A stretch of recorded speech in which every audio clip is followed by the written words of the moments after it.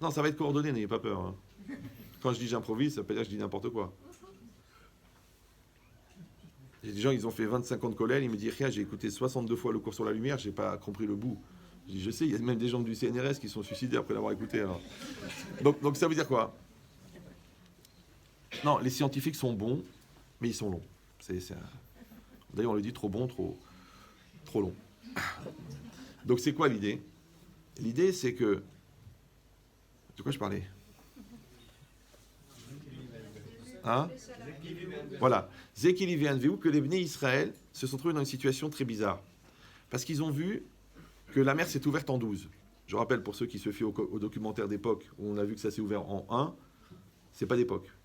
Ça s'appelle les 10 commandements, c'est le Rav Cécile B2000 qui lui-même n'a pas étudié à l'Yeshiva. Donc, la mer s'est ouverte en 12. Donc ils ont vu que Dieu maîtrise la nature. Toutes les idoles d'Égypte se sont écroulées. Donc ils ont compris que Dieu maîtrise la spiritualité. La plus grande civilisation d'époque, les Égyptiens, ils ont été complètement bouleversés par quelques esclaves. Donc ils ont dit que Dieu, il crée l'histoire. Donc en fin de compte, ils ont dit ils ont compris que dans le monde entier, il n'y a que Dieu. Comment on appelle que Dieu? Où? D'accord? Maintenant, en face de Dieu, entre guillemets, il y a qui? Il y a Annie. Il y a moi. Parce que si moi je suis de l'extérieur, qu'est-ce que je perçois? Dieu. Mais ma capacité à percevoir Dieu, elle signifie que moi-même j'en ai conscience. Donc il reste Annie, Véou. Ça va toujours? Super. Maintenant la question est de savoir pourquoi il a commencé par Annie. Il aurait pu dire Ouvé Annie quand même, un peu de Hanava, un peu de modestie. Ouais. Alors je vous donne le secret. Ne le prenez pas mal. La Gemara dit dans Sota, Amar Akadosh Baruch Hu ala Gavtan, Hachem il a dit sur l'orgueilleux, En Ani Véou Yeholim Ladour Baolam. Lui et moi on ne peut pas exister dans le monde. Alors toi tu dis mais comment un homme il peut faire de l'ombre à Dieu? C'est-à-dire quoi Hachem il dit lui et moi on ne peut pas exister, ça veut dire que l'homme il prend de la place. Mais qu'est-ce que c'est un homme? Un homme c'est un cumul éphémère de particules non élaborées, cumulées dans un espace limité, dans un univers cosmique infini et intemporel. Ce qu'on appelle en anglais reh. Donc comment reh, ouais, rien, il peut faire de l'ombre à Dieu? Alors la logique elle est simple mais elle est effroyable. C'est qu'en fait, Hachem n'existe, lui-même il n'a pas besoin de l'homme pour exister. Mais il existe chez l'homme qu'en fonction de la place que l'homme lui laisse. Vous me suivez ou non? Donc ne te plains pas de l'absence de Dieu dans ta vie puisque tu ne lui as pas fait de place. Et si tu trouves que c'est un peu choquant, mais je te signale que c'est exactement pareil avec ton conjoint. Ton conjoint n'existe dans ta vie qu'en fonction de la place que tu lui laisses. Ouais. Tes enfants existent dans ta vie qu'en fonction de la conscience que tu as de leur existence. Ton travail, il existe dans ta vie qu'en fonction de la conscience que tu en as. Donc en vérité, tout ce qui rentre dans ton moi participe de ton moi. Mais si tu ne fais pas un espace en toi pour l'autre, l'autre n'existe pas. Une fois, il y a un jeune marié, il a été voir son Rav, il a dit « Rav, je voulais vous dire que je pense que j'ai bien été préparé au mariage parce que ma femme, elle a eu très mal aux pieds et ça m'a touché, et j'ai eu de la peine, j'ai presque pleuré. » Alors le Rav, il dit « Ah, je suis content de savoir que tu sais compter jusqu'à 2. » T'as compris qu'il y a quelqu'un d'autre que toi. Waouh, kolakavod, leinara. Ouais. Ben, c'est exactement pareil. Qu'en vérité, Hachem, entre guillemets, dans son essence, s'appelle Itsumo chez Hachem, l'essence d'Hachem n'a pas besoin de nous pour exister. Mais, dans notre vie à nous, il n'existera qu'en fonction de la conscience que nous en avons, de la volonté que nous en avons, ce qu'on appelle vulgairement la hirat shamaim. C'est ça la crainte de Dieu. La crainte de Dieu, c'est la conscience exacerbée que Dieu existe et intervient dans ta réalité. Or, il faut savoir une chose, c'est qu'une chose n'existe qu'en fonction de la conscience qu'on en a. Par exemple, je vais vous raconter une histoire grave. Au moment où je vous parle, quelque part en Amazonie, à 150 km du premier village, il y a un manguier qui produit des fruits magnifiques, qui font 2,5 kg chacun, qui sont bourrés de sucre, qui ont un goût succulent. Et au moment où je vous parle, il y a une tragédie qui est en train de se passer, puisqu'il y a une mangue qui vient de tomber. Elle a éclaté par terre, et personne ne la mangera, c'est à 150 km du premier village. Je pose la question émotionnelle, est-ce que cette mangue vous mangue? Non, elle ne vous mangue pas. Premièrement, parce qu'elle est inaccessible, et deuxièmement, parce qu'il y a 3 minutes, vous ne saviez même pas qu'elle existait. Ça veut dire qu'une chose n'existe qu'en fonction de la conscience que j'en ai. Alors c'est très intéressant, parce que la physique quantique, elle dit exactement la même chose. Ouais. Nous, on dit que la Sheila, la question, elle commence quand tu te rends compte du problème. Tu vois que le mikvé, il est moins que ça, tu vas chez le Rav. Maintenant, elle commence la question. Avant, c'est la Hazaka. Ouais. Bah, c'est exactement. Enlo le chacham et la memaché navrot. Le chacham, il a que ce que ses yeux voient. On ne peut pas dire que la maison, elle est impure s'il y a des taches tant que le Kohen ne l'a pas vue. Ça veut dire que la vision de l'homme, c'est-à-dire la projection de sa conscience, c'est elle qui crée la réalité en temps réel. Et c'est ça la physique quantique, ouais. C'est-à-dire que la réalité n'existe qu'en fonction de la conscience que tu en as. Maintenant, ce qui est intéressant, c'est est-ce que la conscience, elle permet seulement de percevoir la réalité, ou la conscience, elle permet d'influencer la réalité. Ce qu'on appelle la conviction, la volonté, ouais. En tout cas, c'est intéressant. Ça veut dire que j'ai une réalité devant moi, mais en vérité, c'est moi qui la fabrique en temps réel. La preuve, je peux l'avoir belle, je peux l'avoir moche. Ouais, je peux l'avoir extraordinaire, ou je peux l'avoir horrible. Et bien cette logique-là, c'est quoi? C'est le Ani. Le Ani, la conscience, ouais, c'est elle qui va fabriquer le ou. Ça veut dire que la conscience que l'homme a de Dieu fait que Dieu existe dans la vie de l'homme. Donc on était obligé de commencer par Ani. Parce que ce n'est pas Dieu qui se parle à lui-même, c'est l'homme qui voit Dieu. Donc comme l'homme voit Dieu, il dit Ani Vehu. Encore une fois, c'est très très important parce que les gens se plaignent. Oui, quand j'ai eu besoin de là, quand j'ai eu besoin de lui, il n'était pas là. Je sais pas, je le sens pas, je le vois pas, je l'entends pas. Je ne sais pas pourquoi les gens ils font une névrose avec la religion. Mais toute la vie, c'est pareil. Moi, je vois des gens, ils sont mariés depuis 20 ans. Ils n'ont pas compris qu'on n'est pas là pour cohabiter, on est là pour coexister. Et comme ils ne communiquent pas, et communiquer c'est commun, et commun c'est comme un, au bout d'un moment, ils n'ont plus rien en commun. Alors, quand ils ont fini d'user les années de supporter, de Savlanout, qu'est-ce qui reste? Je ne te supporte plus. Mais ça vient de quoi? Parce qu'on n'a pas créé le lien. Et le lien, c'est quoi? C'est la communion. Donc, comme il n'y a pas de communion, donc l'autre n'existe pas chez moi si je n'ai pas créé la place dans mon cœur pour qu'elle existe. C'est facile. Donc, qu'est-ce que tu te choques de l'absence de Dieu alors que ton mari il est absent de ton cœur? Qu'est-ce que tu te choques de l'absence de Dieu alors que la mort de ta grand-mère ne t'a fait aucun effet? Tu as continué à manger tranquille. Donc ta grand-mère n'a pas de place chez toi. Vous me suivez ou non? Ça, de toute façon, une réalité, elle ne m'appartient qu'en fonction de la conscience que j'en ai. Maintenant, nous, on appelle ça la sensibilité, on appelle ça la solidarité, on appelle ça la proximité, on appelle ça le chesed, la bonté, on appelle ça l'investissement, on appelle ça juger positivement. Mais en vérité, c'est quoi? C'est ça, c'est l'espace que je crée en moi pour l'autre. C'est pour ça qu'Hachem a créé la mitzvah de chesed, et la mitzvah de kavod, et la mitzvah de hakaratatov.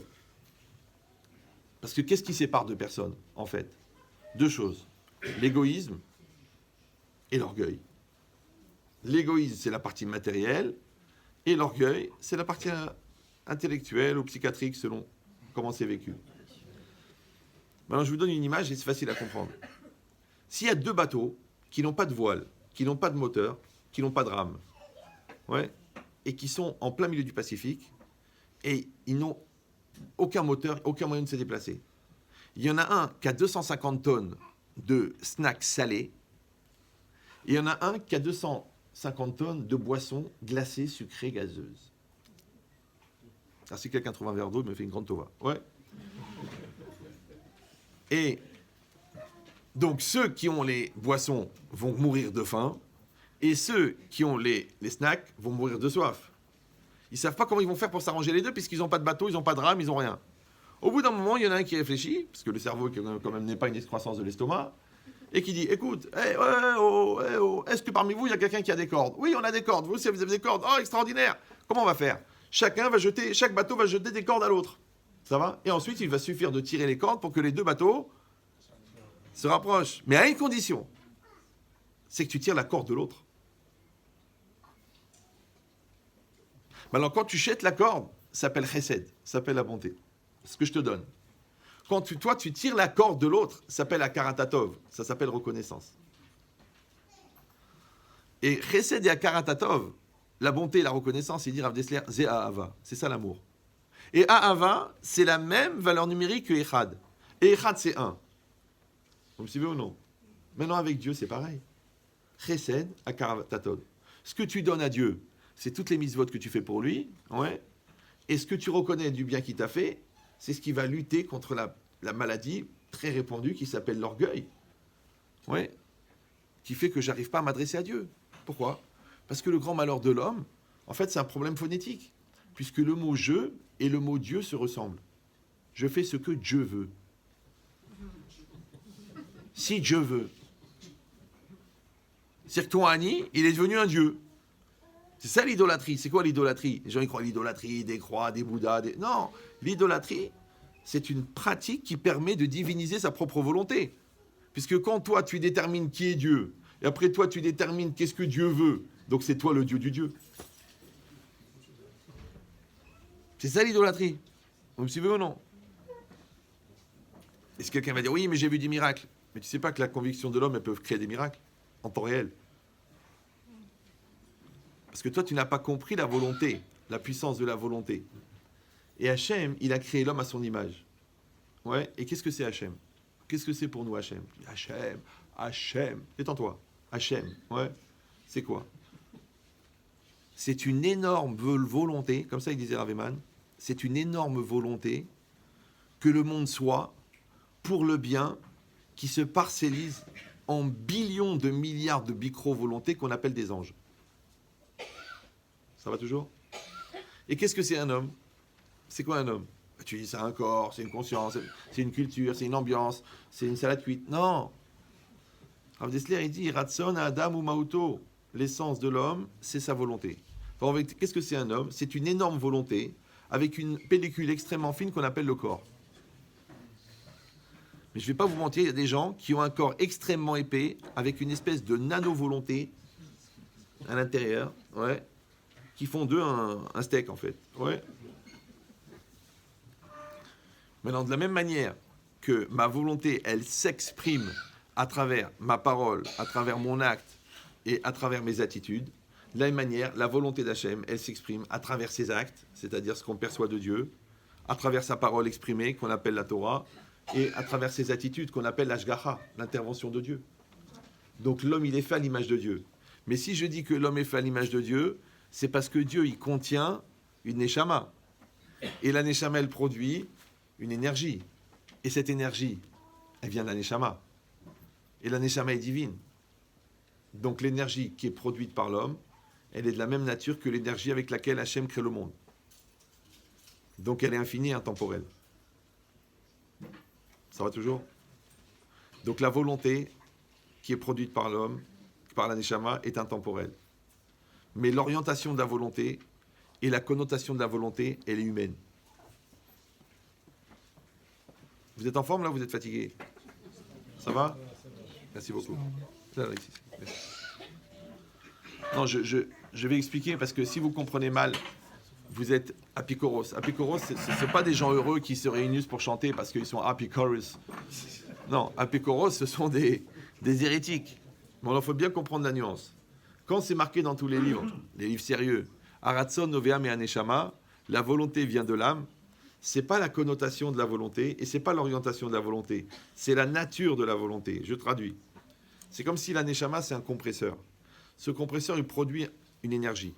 Maintenant, l'énergie ne donne pas l'utilisation de l'énergie. Si je prends cette énergie et je la mets pour le bien, elle fait du bien. Si je la mets pour le mal, elle fait du mal. C'est moi qui utilise l'énergie. Comme le courant électrique. Vous payez, par exemple, vous avez une facture d'électricité tous les mois. Oui, vous payez quoi ? Vous payez l'utilisation du courant. Vous ne payez pas la fabrication, parce qu'il faudrait vous payer une centrale nucléaire. Vous payez l'utilisation. Maintenant, le courant, il est là, si vous avez payé la facture. Vous branchez un frigo, ça fait du froid. Vous branchez un four, ça fait du chaud. Vous branchez une belle-mère, ça fait une belle-mère branchée. Elle qui se plaint toujours de ne pas être au courant, ben voilà, pour une fois. Maintenant, qu'est-ce qui se passe ? Moi, je suis l'utilisateur de cette énergie. C'est-à-dire que le nefesh, le psychique, le moi, il récupère l'énergie de l'âme. Au moment où cette énergie, elle est prise en charge par le jeu, elle s'appelle Ratson. Vous me suivez ou non ? Ensuite, elle est redistribuée dans le corps, elle s'appelle motivation. Après, elle est redistribuée dans les projets, elle s'appelle détermination. Donc en vérité, quand je dis je veux, en fait, il y a un abus de langage. Parce que le je, c'est moi, mais le veut, il est divin. Encore une fois, je répète, parce que je ne sais pas si je suis assez pédagogique. Les gens vont dire quoi? Alors, le rabbin, il a dit que la volonté, elle vient de Dieu. Mais alors quoi? Nous, on est quoi? On est des récepteurs et Dieu, c'est un émetteur. Alors, on est télécommandés. On est des drones. Déjà qu'on n'a pas d'humour. Alors, si en plus, on est des... C'est pas grave. D'accord. Alors, il dit non, l'idée, vous avez compris, c'est l'énergie de l'âme qui est divine. Ouais. Mais l'orientation de cette énergie, c'est-à-dire le libre arbitre, la connotation de cette énergie, ce qu'on appelle la personnalité, ça c'est humain. Donc on se retrouve avec un jeu fini et un vœu infini. De là il vient le génie. De là il vient que l'homme il est capable de dépasser les limites. De là il vient que l'homme il est capable d'envisager l'infini. Moi j'ai eu la chance de ne pas faire d'études. Donc je ne suis pas limité par mes connaissances. Vous me suivez ou non? Parce que des fois l'intelligence elle est limitée par les connaissances. Mais moi j'ai pas. Donc à chaque fois que je rencontre un spécialiste, au lieu de faire 10 ans de fac sur la définition de la lumière, je parle avec un spécialiste du CNRS, il m'explique. Après, je parle avec un neurochirurgien. Donc moi, je pose que des questions débiles. D'accord? Par exemple, tu dis à quelqu'un, c'est quoi la lumière? Tu vas comprendre que c'est pas simple. Ouais. Alors, je dis à ce monsieur-là, si l'homme, d'après vous, c'est de la viande organisée, il m'a dit oui. Et le cerveau aussi, c'est de la viande. Il m'a dit oui. Mais la viande, c'est de la matière. Oui. La matière, elle a un début. Oui. Tout ce qui a un début a une fin. Oui. Dire comment l'homme, il peut conceptualiser l'infini puisqu'il est fini? Il m'a dit oui, l'imagination. Arrête. T'as fait des études quand même. Sinon, j'aurais demandé un carambar, je l'aurais retourné, j'aurais trouvé la réponse.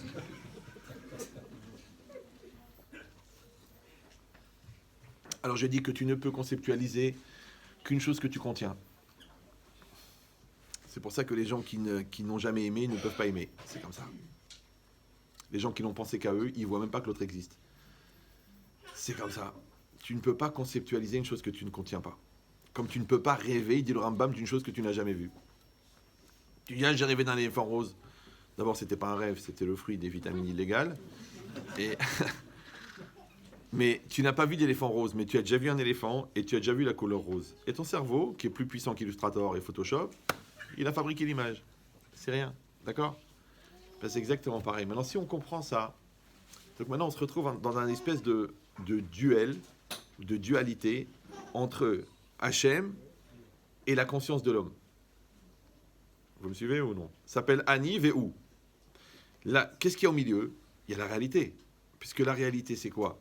C'est la fusion de la projection du Ratson Hashem et de la projection, attention, du Ratson, c'est-à-dire de l'énergie divine qui est utilisée par le jeu pour fabriquer la réalité qui est devant lui. La communion des faisceaux, ça crée la réalité. Ça s'appelle Beder Ershero Tseleler Molichinoto. Dans le chemin dans lequel tu veux aller, on te fait aller. C'est pour ça que les gens qui créent des grandes choses, on les appelle des visionnaires. Pourtant, il n'y avait rien à voir. Circuler. Ouais. Ezeu Chacham. Non, celui qui imagine. Ouais. Celui qui imagine l'avenir. Celui qui rêve de l'avenir. Celui qui veut l'avenir. Non. Aroé. Comment il peut voir? Est-ce qu'on peut voir une chose qui n'existe pas?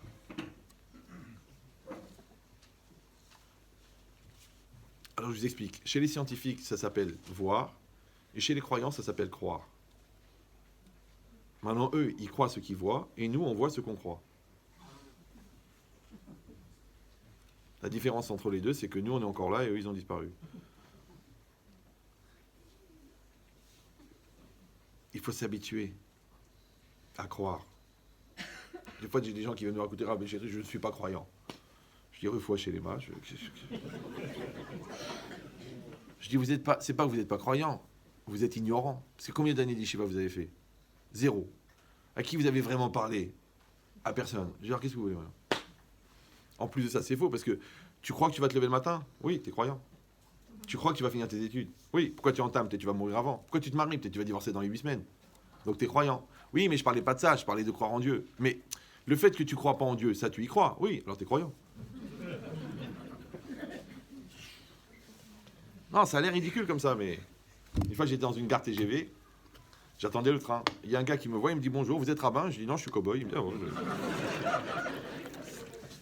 Mais je peux vous poser une question? Je dis « Oui. » Bon, c'est peut-être le chapeau, le manteau, je sais pas. En tout cas, le cheval, il n'était pas là. Je lui dis, il me dit « Je peux vous poser une question ?» Il me dit « Oui. » Il me dit « Pouvez-vous me prouver que Dieu existe ?» Je dis « Bah, je sais pas, vous avez combien de temps ?» Il m'a dit « J'ai 5 minutes. » Je fais, vous savez que ça fait 5000 ans que les hommes se posent la question, et vous, vous avez 5 minutes. Il m'a dit, c'est tout ce que j'ai à vous accorder. Je dis, bon. Je dis, ok, on y va. Je dis, vous existez, vous? Il m'a dit, ben oui. Je dis, mais comment vous le savez? Il m'a dit, ben j'ai conscience d'exister. Ah, cette conscience d'exister, vous l'avez héritée de quelqu'un qui existait? Oui, mon père. Lui-même savait qu'il existait, oui. De qui il a eu la conscience d'exister lui-même? De quelqu'un qui existait. Le premier homme, il a existé, il avait la conscience d'exister. De qui il a eu la conscience d'exister? De quelqu'un qui existe, donc Dieu existe. Je dis, vous avez même le temps de boire un café si vous voulez. Maintenant, vous n'êtes pas obligé d'être d'accord. D'accord? Moi, je ne suis pas... je vous laisse les 8 prochaines années pour prouver que c'est faux. Mais c'est pas parce que c'est dit simplement que c'est pas profond. Je sais pas si vous...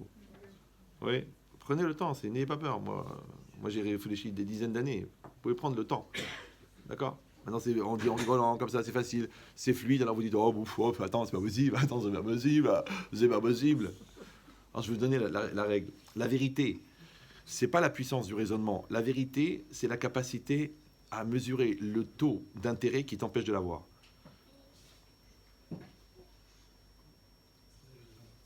Vous voulez que je le dise en français? Vous avez vu la télé, ce que ça fait? Étudiez le Talmud, je vous en prie. C'est pas la télé qui va vous rendre intelligent. C'est sûr. Au contraire, ça fabrique des abrutis de manière industrielle. Donc c'est quoi l'idée? Dans chaque réflexion, il y a un intérêt. Chaque fois que tu réfléchis, il y a un intérêt. Et c'est normal, puisque déjà pour que tu réfléchisses, il faut qu'il y ait un intérêt à réfléchir. Le problème, c'est que l'intérêt, lui, a aussi un niveau de déformation de ta réflexion. Dessler, il dit par exemple, quelqu'un qui cherche dans le Shulchan Aruch, c'est marqué que c'est assourd de jouer au ballon. Il va pas trouver ballon, puisqu'il veut jouer au ballon. Ouais, si toi, tu es convaincu que ta femme elle a tort, tu vas pas réussir à entendre qu'elle a raison, puisque ton vrai problème, c'est la psychorigidité, c'est pas l'intelligence. Donc ça veut dire qu'à chaque fois que je ne suis pas capable de mesurer le taux d'intérêt et le taux de déformation de mes intérêts dans ma réflexion, je ne suis pas intelligent. La preuve, tu prends un ingénieur, il te dit, écoute, l'immeuble va tomber, il y a trop de sable. Tu dis, je te donne 100 millions d'euros, le mec, il dit, l'immeuble va tenir. Et il te fait la démonstration, il t'amène les calculs, il t'amène tout. Alors, tu dis, je comprends pas, il va tomber, il va tenir. Écoutez, après réflexion, il va tenir. Ça s'appelle le shochad, c'est le pot de vin. Maintenant, si moi-même, dans chaque geste de ma vie, j'ai des pots de vin, d'accord? Ma femme me dit, tiens, viens m'aider à débarrasser. Et moi, j'ai la flemme d'aller. Alors, qu'est-ce que je vais dire? Je vais dire, écoute, j'ai mal au dos. Mais en vérité, c'est un pot de vin. C'est de la flemme. Donc, si tu veux ou non. Dans n'importe quel domaine. Si tu vois ton fils, il dit, papa, est-ce que je peux réviser les maths avec toi? Ça, tu lui dis, mon père m'a jamais rien expliqué. Ah, bah, il dit, j'ai vu le résultat. D'accord. Donc, ça veut dire quoi? Ça veut dire quoi? C'est que dans chaque réflexion, on a une part d'intérêt. Ça s'appelle l'orgueil, la bêtise, la lourdeur, le yetzerara, la nullité, la difficulté à se remettre en cause. C'est une part d'intérêt. Maintenant, tant que moi, je ne suis pas en connaissance et en indépendance de l'intérêt qui déforme ma réflexion, elle ne vaut rien. Parce qu'à quoi ça sert d'avoir un très gros cerveau? Puisque de toute façon, ce n'est pas toi qui maîtrise la direction de cette réflexion, puisque cette réflexion, de toute façon, elle ira dans le sens de l'intérêt. Donc l'intelligence, c'est l'indépendance aux intérêts. C'est pour ça qu'en philosophie, ça s'appelle la capacité d'adaptation. Et ben, c'est exactement pareil. Maintenant, vous avez compris qu'il y a Hachem d'un côté et il y a l'homme de l'autre. Ouais. Le problème, c'est qu'ensemble, ils vont créer cette réalité. Et cette réalité, elle est inscrite dans le temps. Alors maintenant, on peut commencer le cours. C'était juste un petit préliminaire. On a dit tout à l'heure que le mot « ov », il veut dire « présent ». Mais vous savez que le mot « ov », il veut dire aussi le verbe « être ». C'est très intéressant, au niveau Ashkafa, de réfléchir. Pourquoi est-ce que le même mot, il veut dire « être » et il veut dire le présent? Ça n'a rien à voir. Être, c'est un verbe, d'accord? C'est un état. Tu es, d'accord? Il y a manger, dormir, être, avoir. Et il y a une autre notion qui s'appelle la temporalité, qui s'appelle le présent, le passé, le futur. C'est le temps. Donc le OV, c'est le présent. Maintenant, le présent, c'est une dimension. Ouais, alors que être, c'est un état. Les deux n'ont rien à voir.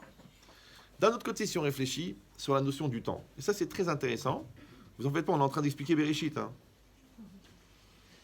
Mais comme Bereshit, vous rajoutez un Noun, ça fait Ben Shetrit, donc on est dans le sujet, ouais, d'accord? Donc, quand on réfléchit à la notion du temps, Nous, on dit, il y a le passé, il y a le présent, il y a le futur. En vérité, c'est faux. En fait, il n'y a que du présent. Maintenant, le présent qui est passé, on l'appelle passé. Le présent futur, on l'appelle avenir. C'est le présent avenir. Maintenant, le présent avenir, c'est du présent. Le présent passé, c'est du présent. Donc, en fait, il n'y a que du présent.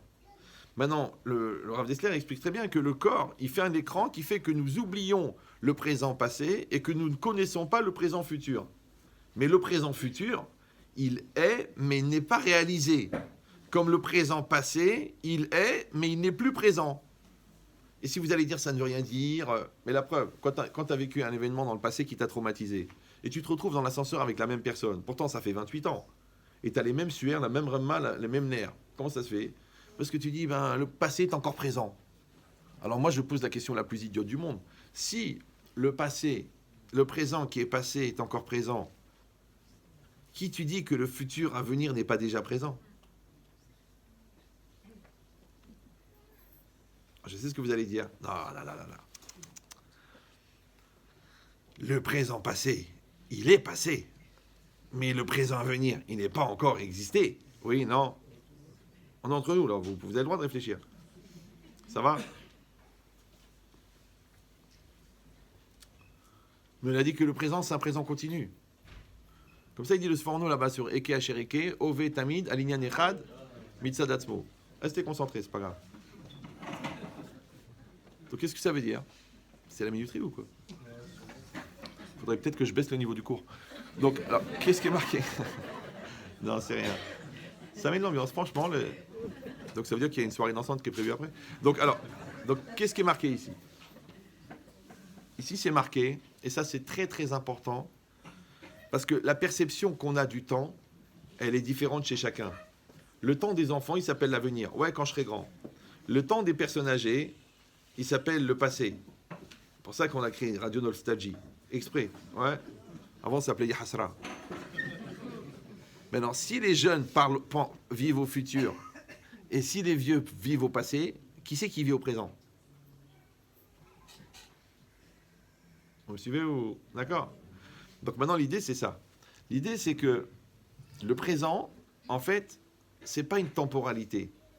Moi, j'ai passé des milliers d'heures à réfléchir à qu'est-ce que c'est le temps. Ouais, il y a un cours qui s'appelle Le Prix du temps, si vous voulez écouter, si vous trouvez le temps de l'écouter. C'est très très profond. Il m'a pris 2 ans et demi pour le préparer. Alors qu'en général, je mets à peu près 17 secondes. Ouais. Donc c'est très long. Mais c'est pas pour vous dire que je suis une star. C'est pour vous dire que quand je vous dis qu'un cours il est dur, il est dur. C'est-à-dire que si même moi j'ai mal à la tête quand je le finis, c'est qu'il est très dur. Mais là-bas, il y a une notion incroyable. C'est que le temps, en vérité, c'est pas la temporalité. C'est pas une espèce de grille transparente dans laquelle nous nous déplaçons. C'est puisque la secret, il est dans le mot. Puisque OV, ça veut dire présent, et OV, ça veut dire être. Donc en vérité, le présent, c'est d'être. Par exemple, là, vous êtes là, moi je suis là. Vous êtes là. Oui, vous êtes là. Comment ça s'appelle? Le présent. Maintenant, si vous n'êtes pas là, soit parce que vous êtes ailleurs, ouais, soit parce que vous avez la tête ailleurs, soit parce que vous avez le cœur ailleurs, soit parce que vous n'avez pas la maturité d'être là, soit parce que vous jouez avec votre téléphone, soit parce que vous priez pour que je m'étouffe. Enfin, chacun, il a des sujets. D'accord? Mais en tout cas, quand vous n'êtes pas là, vous n'êtes pas là. Or, tout à l'heure, si vous vous rappelez bien, on a dit qu'une réalité, elle n'existe qu'en fonction de la conscience que j'en ai. Ça va? Donc, si je ne suis pas là, on dit en français, je ne suis pas présent, tu dis, mais je vois bien, écoute, quand tu parles à quelqu'un, tu vois qu'il a les yeux qui se baladent. Tu dis, écoute, je ne te sens pas présent. Pourquoi on fait l'appel quand tes enfants ils rentrent en classe? Parce que tu veux qu'ils soient présents. Si ton mari rentre à la maison, il se met devant la télé, il te sent dire bonjour, tu dis, écoute, on est présent. Je ne te sens pas présent. D'accord? Donc, c'est quoi présent? Présent, c'est que ton être, il est dans la réalité. Maintenant, tu peux rester à l'intérieur. Tu peux perdre la tête. Ouais. Des fois, tu peux laisser la tête sur l'oreiller. Des fois, tu peux rester la tête dans tes souvenirs. Des fois, tu peux rester la tête dans tes peurs. Tu peux rester la tête dans tes complexes. Il y a plein d'endroits où aller plutôt que d'être dans le présent. Mais ça s'appelle que tu n'es pas présent. Or, c'est quoi la conscience? La conscience, c'est l'arc électrique établi entre toi et la réalité. Donc, chaque chose dont tu n'es pas conscient ne fait pas partie de ton présent, puisque tu n'es pas présent.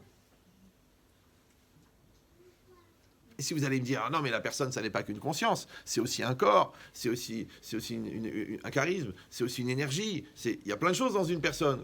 Ouf, allez-y doucement, là, oh là, oh là, là. Oh, on n'est pas au marché, là. Oui, prenez votre temps. Alors, je vous fais une démonstration, elle vaut ce qu'elle vaut. Imaginez quelqu'un, il a perdu les deux mains dans un accident de moto. Les deux avant-bras, ouais. Donc, on l'emmène à l'hôpital pour lui faire une greffe de bras. Manque de peau, les seuls bras qui étaient disponibles, c'était un gars qui était mort d'un dérèglement gastrique, ce qu'on appelle une morbide, d'accord? Et on lui prélève les deux bras de ce monsieur-là et on lui greffe à celui-là. Maintenant, celui-là, il se réveille avec deux bras qui ne lui appartiennent pas. Manque de peau, les deux bras, ils ont été prélevés sur un gars qui est un serial killer et qui a étranglé 74 femmes. Est-ce que le gars, en se réveillant, ses deux bras vont se jeter sur le cou de sa femme? Tu dis non, pourquoi? Parce que lui, il est une personne et ses bras sont étrangers à lui. Donc il n'est pas ses bras. Ok. Imagine Laura Lenou, celui-là, il a un cancer généralisé, Shalom, Laura Lenou, Simsenou, tout. Et tout a été touché, sauf le cerveau. On lui prélève le cerveau et on le met dans un autre corps, qui lui est mort d'une mort saine. Manque de peau, le gars qui était malade était très très raciste. Ouais, anti-noir. Blanc de peau et anti-noir. Et le seul corps disponible, c'était un corps noir. Un corps d'un gars des îles, un entier. Et on lui met le cerveau dedans, il se réveille. Déjà, il se voit à la glace, il se voit noir. Déjà, il voit noir, déjà. Ouais. Il cherche le médecin pour le tuer, mais vous m'avez mis dans un corps de noir, vous êtes fou. Et l'autre, il lui dit, mais estimez-vous heureux, vous êtes antillais. Bon. Non, j'ai besoin des blagues pour savoir si vous suivez, parce que des fois, je vous vois bouger la tête, on dirait les chiens en plastique à l'arrière de la R12. Donc, c'est quoi l'histoire? C'est rien, c'est rien. La réalité est bien plus grave. Non, parce que ici, déjà, les blagues, ils les comprennent pas. Calva à mort. Le reste, d'accord. Mais qu'est-ce que ça veut dire? Ça veut dire que cette personne-là, quand elle se réveille, ouais, elle est elle-même dans un corps étranger. Vous me suivez toujours? Imaginez que même le cerveau, il a été touché par les métastases. Donc qu'est-ce qu'on fait? On lui met ici un petit lecteur de carte SD. On lui prélève toute sa mémoire depuis la naissance jusqu'au matin de l'opération. Il se rappelle de tout. La rue Montorgueil, boulevard Sébastopol, il se rappelle Oujda, il se rappelle de tout. D'accord? Le numéro de sa maîtresse, où est-ce qu'il a volé la première fois, il se rappelle de tout. Et on lui met tout ça dans un autre corps dont on a effacé la mémoire. Ça va arriver bientôt puisque les futurs ordinateurs seront biologiques, d'accord? Et on lui imprime toute sa mémoire. Donc le gars, il se réveille avec un autre corps et ça n'est plus non plus son cerveau, mais il a sa mémoire. Est-ce qu'il est la même personne ou non? Il est la même personne parce que qui tu es, toi? Tu es une identité, un numéro de téléphone, une adresse, une famille, une mémoire. Donc tu es une mémoire. Donc tu es la même personne bien que tu n'as pas le même corps et pas le même cerveau. Imaginez que même la mémoire, elle est polluée. On est obligé de lui effacer la mémoire parce qu'il a eu tellement de traumatisme qu'à chaque fois qu'il reprend conscience, il s'évanouit parce qu'il ne supporte pas de se rappeler ce qu'il a vécu. On lui efface. On le rend amnésique. Un amnésique, il est vivant ou non? Il est vivant. Qu'est-ce qui fait? Qu'est-ce qui reste de la personne? On prend maintenant donc c'est la conscience. C'est quoi la conscience? On a dit c'est l'arc électrique établi entre la réalité et toi. Maintenant, chacun d'entre nous, il a une conscience différente. Je ne parle pas de la conscience morale pour l'instant, je parle de la conscience mentale. La conscience mentale, c'est la perception du réel. Vous me voyez, moi je vous vois. Si je prends cet arc électrique et je le mets chez quelqu'un qui est mort, il se réveille, mais il a ma conscience à moi. La sienne, elle s'est éteinte, il a ma conscience à moi. Donc maintenant, qu'est-ce qu'il est? Il n'est plus le même corps, il n'est plus le même cerveau, il n'a plus de mémoire. Mais il est une conscience.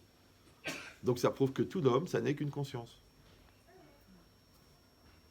Vous me suivez ou non? Maintenant, la conscience, c'est pas si simple que ça, parce que la conscience, elle a des facettes.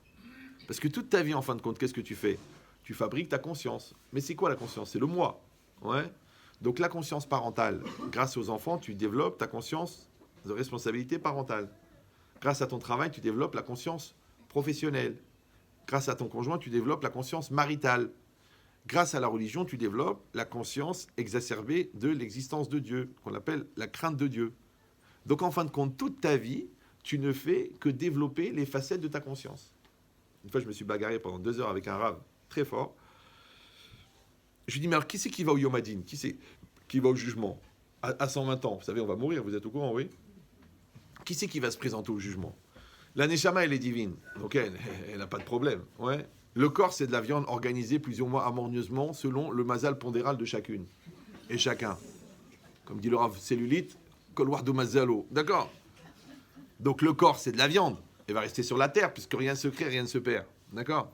La neshama, elle va retourner à Dieu, puisque ubayom Hashem echad ushmo echad. Donc qu'est-ce qui reste de l'homme chez l'homme? Tu dis, il reste le psychique. Mais même le psychique, les 3/4 des données du psychique, regarde le Shmon Prakim du Rambam, il explique l'intellect actif, l'imagination, la sensibilité, tout ça, ce sont des données fixées, c'est des logiciels que le bon Dieu te met à l'intérieur de ta carte mère avant la naissance. Donc, qu'est-ce qui reste de toi, chez toi? La conscience. Maintenant, cette conscience-là, c'est elle qui va utiliser la volonté pour l'organiser vers le bien ou vers le mal. C'est pour ça que le plus grave dans la vie, c'est quoi? C'est d'être inconscient. Surtout quand vous l'écrivez en 3 mots, là, ça devient une science carrément. Ouais. Pour ça qu'en hébreu, le fauteur, il s'appelle aussi poshéa. C'est quoi poshéa? Un fauteur. Mais ça vient de pshia. C'est quoi la pshia? La négligence. C'est quoi la négligence? C'est que tu n'as pas eu, écoutez bien ce mot, il est violent, tu n'as pas eu la présence d'esprit. Tu n'as pas eu la présence d'esprit de garder ton animal. Shmiratan alecha, tu payes. Ouais. Tu n'as pas eu la présence d'esprit de te rendre compte que cette femme-là était mariée et hop, tu as dormi avec elle. Tu n'as pas eu la présence d'esprit de voir que tes enfants grandissaient et qu'il ne fallait pas leur parler comme ça puisque tu les as cassés moralement. Et si les gens ils te disent, écoutez Rav, en écoutant le cours, maintenant que vous me le dites, grâce à ce choc, grâce à ma secrétaire, grâce à mes nerfs, grâce à mes erreurs, j'ai pris conscience. Alors je pose la question la plus idiote du monde, mais avant cette prise de conscience, elle était où ta conscience? Combien d'années on peut vivre dans le coma?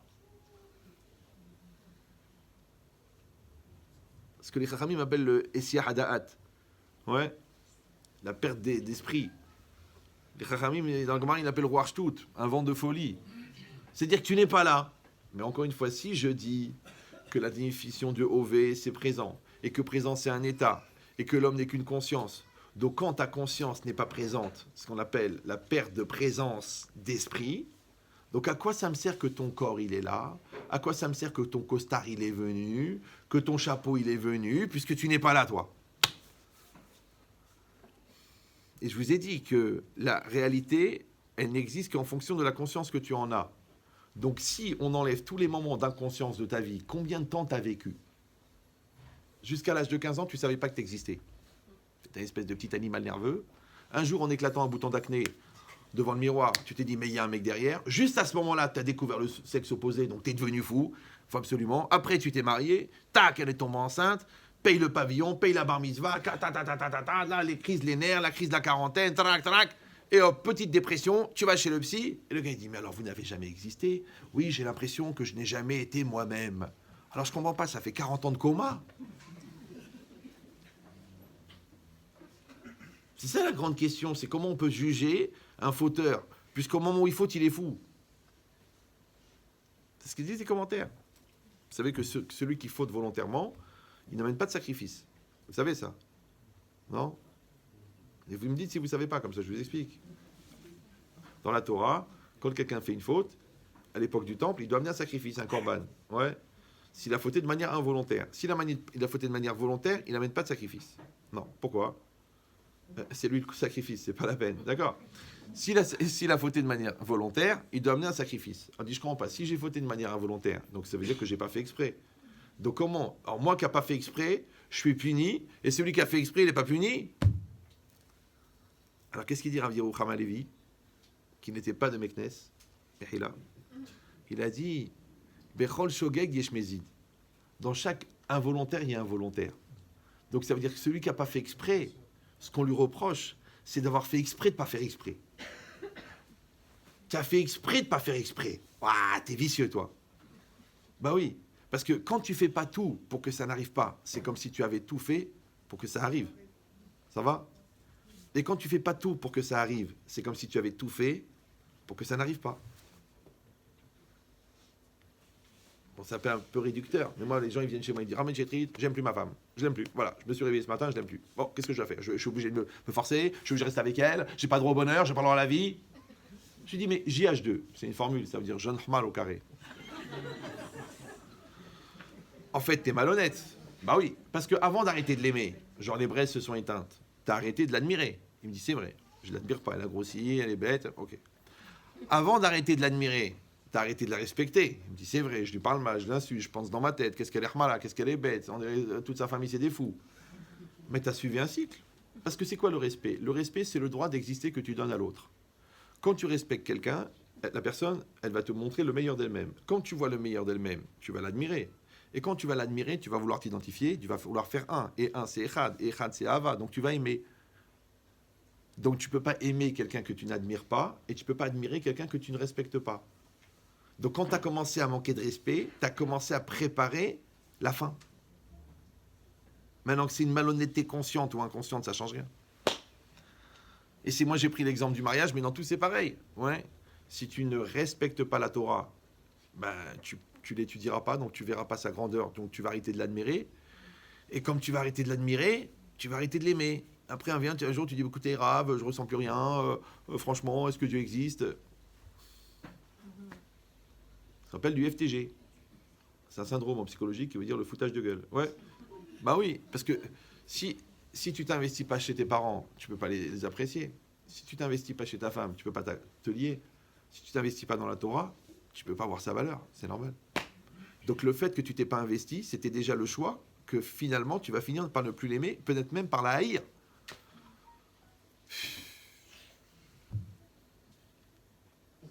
Donc maintenant tu réfléchis, combien ton involontaire, il est involontaire. Et si vraiment tu me dis que c'est vraiment involontaire, alors je te dis ça, c'est la condamnation totale, puisque toi-même tu as dit que tu étais involontaire, ça veut dire que tu étais absent. Puisque tu dis que c'est pas de ta faute. Et les absents ont toujours tort. Donc comment tu viens chez moi et tu me dis oui, je suis plus très sûr de mes sentiments, je dis allez, partez en week-end tous les deux, faites-vous plaisir, envoie-la chez Victoria, qu'elle lui demande le secret. On va trouver des solutions. D'accord? Non, qu'est-ce qu'ils font les gens? Ils attendent comme ça. Bah écoutez, il se passe rien. Écoutez, Rav, on n'a rien fait, ça s'améliore pas. Encore hier, j'étais avec un papa dans la voiture. Il m'a dit oui, ma fille, nana, je suis pas très sûr, elle est loin, on a l'impression de la perdre, elle fait un peu n'importe quoi. Je dis tu l'appelles ce soir, tu l'appelles à 1h, à 2h, tu dis ma fille, je t'aime, tu es l'amour de ma vie, j'ai tout donné pour toi. Ah, il me dit non, Rav, c'est pas notre habitude, on n'a pas l'habitude de faire ça. Je dis écoute, il y a quelqu'un d'autre qui va lui dire et il va lui demander de payer en nature ce genre de service. Ah, moi je suis cash, la sauce, je l'ai laissée dans le placard. Le gars il s'est mis à pleurer. Je dis c'est comme ça la vie. Tu prends ton téléphone, tu dis ma fille, je t'aime. Ma fille, je viens. Ma fille, je suis là pour toi. Ma fille, ça fait 21 ans qu'on se bat pour ta kedusha. Alors ne la pourris pas pour des bêtises, pour un brel, pour un lourd qui sort de nulle part. Tu dis oui, mais c'est un peu du chantage. Et alors, t'as pas le droit, t'as payé 21 ans, t'as pas le droit de goûter un plat. Déjà, ils ont honte. Et l'autre qui sort de nulle part. Maintenant, une espèce d'escroissance de iPhone, là. Il arrive, je t'aime, tu es belle, tu es magnifique, tac, elle laisse tomber, elle laisse sa virginité, elle tombe enceinte, elle veut quitter ses parents, elle nie sa religion. Le mec, il 2 semaines qu'elle le connaît, 2 semaines contre 21 ans. Et elle les met sur le même comment on dit, le même niveau. Et il faut que tu te battes avec l'autre pour la convaincre que finalement l'autre, il veut pas forcément son intérêt, parce que pour l'instant, ce qui l'intéresse, c'est tes midotes. Ouais. Et toi, tu peux pas parler comme ça à ta fille, mais parle. Ils ont peur, les gens. Ah, c'est honteux, ça se fait pas. Moi, je préfère que ma femme lui parle. Mais t'as pas compris. Ta femme, elle va parler. Toi, tu vas parler. Mais Rabotai, quand il y a le feu, on commence pas à faire de la politesse. Il y a le feu maintenant. Il y a le feu. Allez-y, après vous. Vous préférez l'échelle ou le parachute? Bah, il y a le feu. Il y a le feu. Tu mets ton casque, tu mets ton manteau et tu rentres dans le feu. C'est comme ça la vie. Et si tu vas dire, et si on n'est pas efficace, et si on n'est pas capable, et si on n'est pas... Mais au moins, l'autre, il a vu que tu t'es battu. Mais pour réussir à faire ça, il faut que tu sortes de toi. Ouais. Et pour sortir de toi, il faut que tu aies une conscience de ce qui est en train de se passer. Mais si toi, tu es déjà dans le refus, parce que tu as peur d'assumer, comment tu vas faire pour avoir conscience? Parce que tu as peur d'assumer, te dit, il vaut mieux que tu fasses l'autruche. Il vaut mieux que tu transfères la responsabilité, il vaut mieux que tu transfères la culpabilité.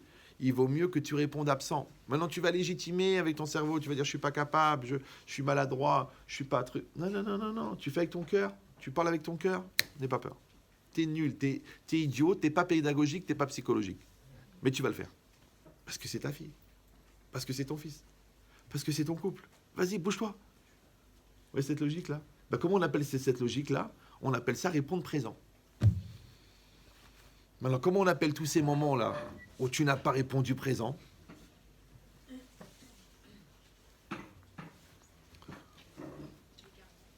Non, on appelle ça la recherche du temps perdu. Et Proust. Ça peut passer. C'est pas grave. En gros. Mais c'est quoi l'idée? L'idée, c'est que si on prend un peu de recul sur notre vie et qu'on dit ça, j'étais pas là, ça, j'étais pas là, ça, j'étais pas là. Moi, je vois les gens, ils écoutent un cours sur l'éducation, ils me disent, ah ben Chétrit, mais attendez, mais j'avais rien compris, mais j'ai fait pile le contraire de ce qu'il faut. Alors, qu'est-ce que je dois faire? Je dis, qu'est-ce qui se passe? Il me dit, j'ai été voir mon fils, je dis, écoute, c'est un gars de Nice. Bon, on va pas dire du mal, parce qu'au Niçois qui mal y pense, d'accord? Mais le gars, il me dit, j'ai été voir mon fils, j'ai dit, écoute, j'ai vu un cours de Ben Chétrit, j'ai pris conscience de toutes les lacunes qu'il y a dans notre relation, et je voulais te dire, mon fils, que je veux te parler, je veux qu'on passe des moments ensemble, je veux qu'on vive des choses et tout ça. C'est ce qu'il m'a répondu, mon fils? Il m'a dit, papa, j'ai mis 19 ans à m'habituer à ton absence, et maintenant tu veux m'imposer ta présence. Ah, ils sont violents, les enfants. Hein. Quand tu leur demandes qu'est-ce que tu penses d'eux, qu'est-ce qu'ils pensent de toi, mais un gilet pare-balles. Hein.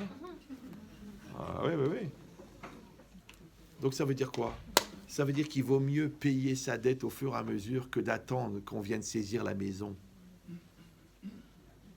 On t'a donné 30 ans pour construire ton couple. Ne commence pas à réfléchir la veille du guet comment tu vas faire pour sauver la situation. On t'a donné 15 ans pour éduquer on a donné 20 ans pour éduquer un enfant. C'est pas la veille de la bar mitzvah, tu lui dis alors, tu sais pas lire? Ouais, et quand il fait n'importe quoi, et tu le vois avec des vitamines illégales ou quoi, ou des choses bizarres en dessous de son lit, tu te m'as crié, ouais, ça veut dire quoi? Tiens, voyou, tiens. Mais réfléchis pourquoi il a été chercher ça. Les deux mains, vous les voyez les mains là? Quand ils sont collés, on peut mettre une troisième au milieu? Non. Donc si il y a quelque chose qui s'est mis entre toi et lui, c'est qu'il y avait de la place. Qui c'est qui a fait la place? Rien. Ça s'appelle dvékout. Ça s'appelle la présence. Maintenant, il faut la présence d'esprit, il faut la présence émotionnelle, il faut la présence physique. Maintenant le sujet d'aujourd'hui, c'est comment on fait pour rattraper tous ces moments où on était absent. Comme à l'école. Vous savez que tu peux rater ton bac à cause des tables de multiplication. Le mec, il a fait 6 x 7, 64. Le prof lui dit, écoute, la démonstration est bonne, mais le résultat est faux, t'as raté. Le mec, il dit, je comprends pas, il a eu son bac scientifique, il a raté à cause des maths, à cause des tables de multiplication. Mais les tables de multiplication, tu les apprends en CE2. Et là, tu t'es planté en terminale. Comment ça se fait? Ça s'appelle les lacunes en français. Donc, un jour, tu vas réfléchir à tes lacunes intellectuelles, tes lacunes religieuses. T'es juif, non? Tu connais la Torah? Non, je connais pas. Grâce à Dieu. Mais tu dois connaître. Même les goïms, ils disent, nul n'est censé ignorer la foi. D'accord? Donc, il faut que tu étudies. Tu es juif, non? Une fois, un gars, il est venu à la fin d'un cours, il m'a dit, Ramed Chetri, vous savez, je suis embêté parce qu'à chaque fois dans mon travail, les gens ils viennent me dire, dis-moi Moïse, qu'est-ce que la Torah pense? Qu'est-ce que c'est Dieu? Est-ce que les Juifs connaissent la fin du monde et tout ça? Il me dit, je suis embêté parce qu'il me pose des questions et moi, je n'ai pas de réponse. J'ai dit, tu as deux problèmes. Premièrement, c'est que le goy, il est convaincu que tu connais la réponse. Deuxièmement, c'est que tu la connais pas.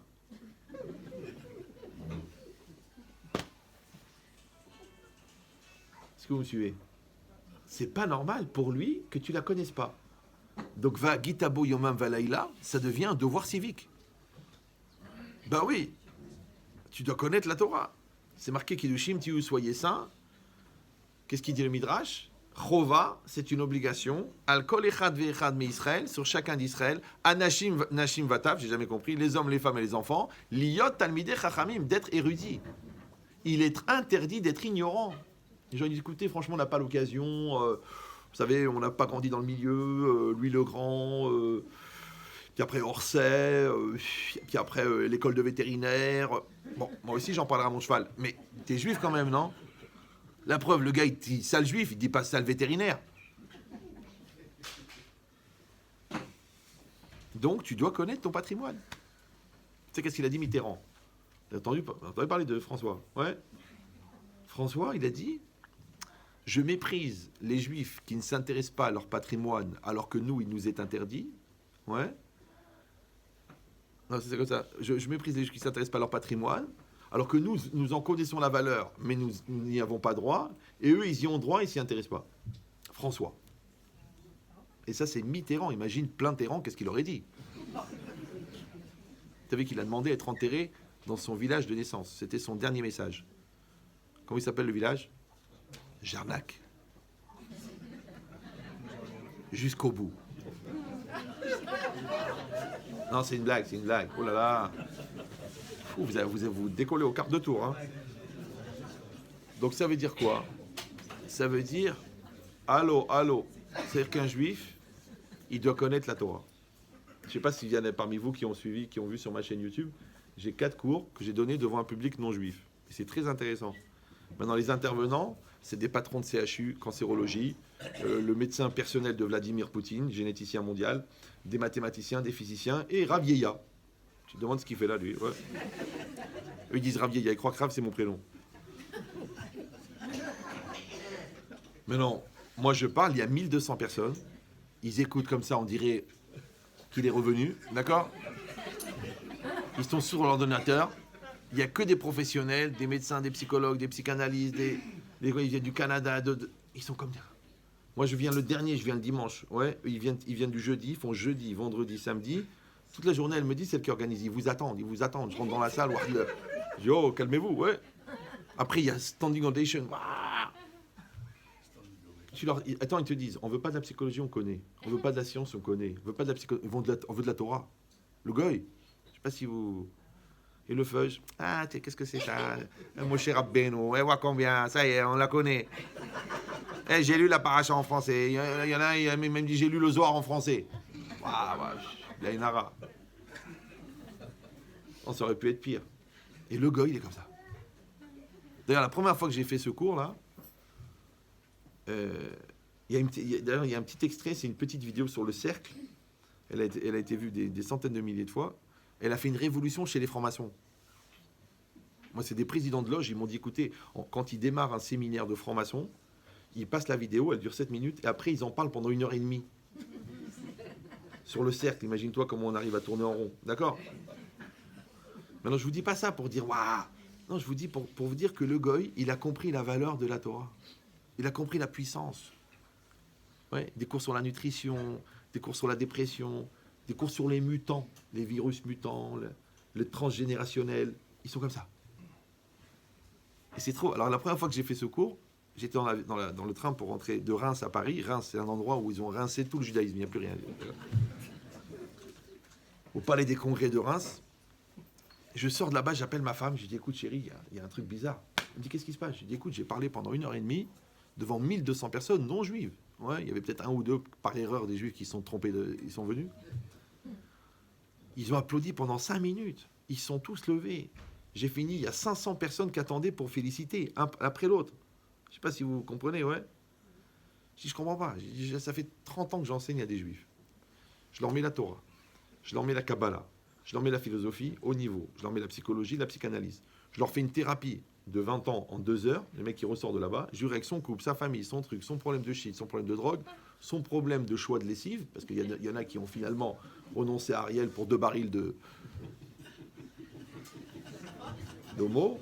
Ouais. Il y a tant de réactions quand même. Hein. Et le feuge, après 1h30 de sueur, de fatigue et de nerfs et de thérapie, il te regarde comme ça, il te dit, c'est pas mal.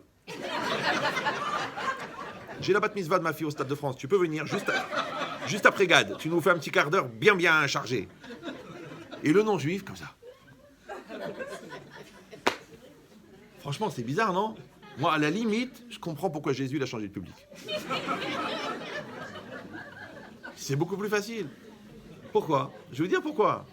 Parce que le juif, il a la mitzvah d'étudier la Torah. Donc il dit le Tosfot, il a le Yetzer Hara de ne pas apprendre. Mais le non-juif, il n'a pas la mitzvah d'étudier la Torah. Donc il n'a pas le Yetzer Hara. Donc il reçoit à 100%. Il te dit, mais c'est fondamental. Si je vous lis les commentaires que j'ai sur les YouTube et les lives de Facebook et tout ça, de non-juifs, mais tu tombes dans les pommes. Tu tombes dans les pommes. C'est incroyable. Donc Rabotai, soyons au moins des non-juifs. Apprécions la Torah. Non, je vous dis ça parce qu'une fois, il y a un monsieur comme ça qui était rebellé contre la Torah. Il a été voir un rave. Il a dit, ouais, la Torah, c'est des bêtises. Ouais, il a lu dans Marx, la petite barre chocolatée. Là. Qui reste capital finalement pour chacun, hein, parce que c'est quand même des vitamines. Il a dit, ouais, c'est l'opium du peuple, c'est des bêtises, les rabbins, ils nous manipulent. Enfin, toutes les bêtises qui peuvent être dites par quelqu'un qui n'a jamais étudié. Parce qu'il faut quelqu'un qui prend une demi-heure sur un bon sujet, il voit que c'est beaucoup plus compliqué que la simplicité qu'on veut lui attribuer. D'accord ? Le Rav, il a dit, je comprends pas. L'égoïme, c'est marqué dans la Torah, qui i chochmatem obinatrem bene'amim. Car elle est votre sagesse et votre intelligence aux yeux des peuples. Ça veut dire que les non-juifs, ils voient l'intelligence de la Torah. D'accord ? Toi, tu es juif, tu vois pas l'intelligence de la Torah. Il a dit, alors t'as qu'à devenir goy, comme ça tu vas apprécier. Ben, cette idée, c'est ça. C'est que quelqu'un, il doit prendre le recul de se demander quelles sont les lacunes que j'ai pu cumuler dans ma vie pour qu'au moment où on m'a demandé de répondre présent, j'ai répondu absent. Qu'est-ce qui s'est passé qu'au moment où j'aurais dû garder mon calme, je me suis énervé ?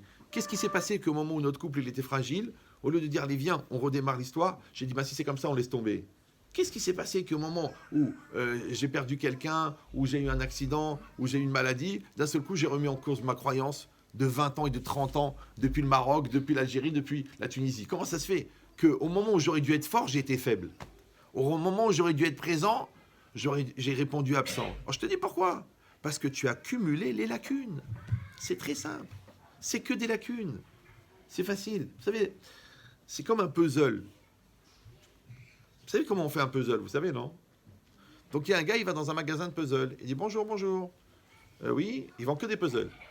Donc le client, il vient, il dit bonjour, je voudrais ce puzzle-là, celui-là dans la vitrine, là, le beau. Oh, monsieur a fait un choix difficile. 12 000 pièces, 5 ans et demi de travail, 4 mètres sur 4 mètres. Ah, bravo. Ah oui, oui, oui. Alors il lui achète 83 €. Hop, il fait le ticket, il lui fait le paquet, il lui donne. C'est pour offrir ? Non, non, c'est pour moi. Hop. Avant de partir, il dit excusez-moi, j'ai une question. Ça fait 20 ans que je tiens ce magasin de puzzle. J'ai juste une question. Pourquoi vous avez choisi celui-là ? Ah ben l'image me plaît. Ah. Mais vous savez, si vous voulez, on vend le poster à 3 €. Là, il va vous prendre 5 ans celui-là. Pour qu'au bout de 5 ans, vous le mettiez, vous dites waouh. Là, ça prend 3 secondes. Tu le sors du tube, tu mets du scotch. Waouh.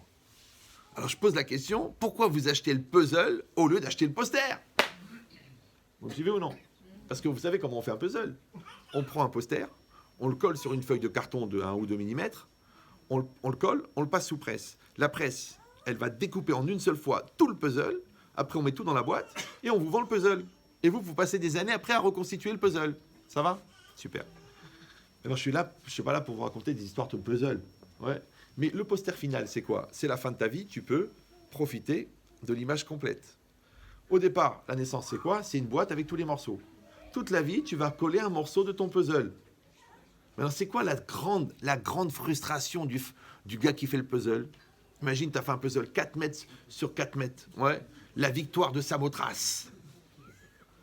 Mais, puisque ça t'a pris 8 ans, parce que là, c'était énorme, il y avait 28 000 pièces, tu as perdu une pièce. Dans les 3 déménagements, tu avais mis ça sur une planche, tu as perdu une pièce. Tu montres le puzzle à 200 personnes, tu en as 198 qui disent « Ah, c'est dommage, il manque une pièce. » Pourquoi les gens, ils voient toujours ce qui manque ? Comme ton mari, tu lui as fait 14 salades, 2 poissons, 2 viandes, un dessert, les chocolats. Il vient et te dit « Ah, il n'y a pas les fenouilles. Il n'y a pas les betteraves. Chérie, il y a 14 salades. Étouffe-toi. Enfin, kiffe, je veux dire, profite. Ah, ma mère, jamais elle oubliait. Jamais. Ah, jamais. Mais toi, tu as oublié. » Alors, il te dit, mais mon amour, pourquoi tu demandes ce qu'il n'y a pas ? Au lieu de dire merci pour ce qu'il y a, tu demandes ce qu'il n'y a pas. Il dit, je ne sais pas. Des fois, il veut des cacahuètes. Mais jamais il a demandé des cacahuètes. Mais ce soir-là, il veut. Comme si je ne veux pas dire merci pour ce qu'il y a. Alors, je rappelle, pour ceux qui pratiquent le Shabbat ou ceux qui ne pratiquent pas, que le Shabbat, d'après la Torah, rentre au coucher du soleil. Vous le savez, ça. À partir du coucher du soleil, c'est Shabbat.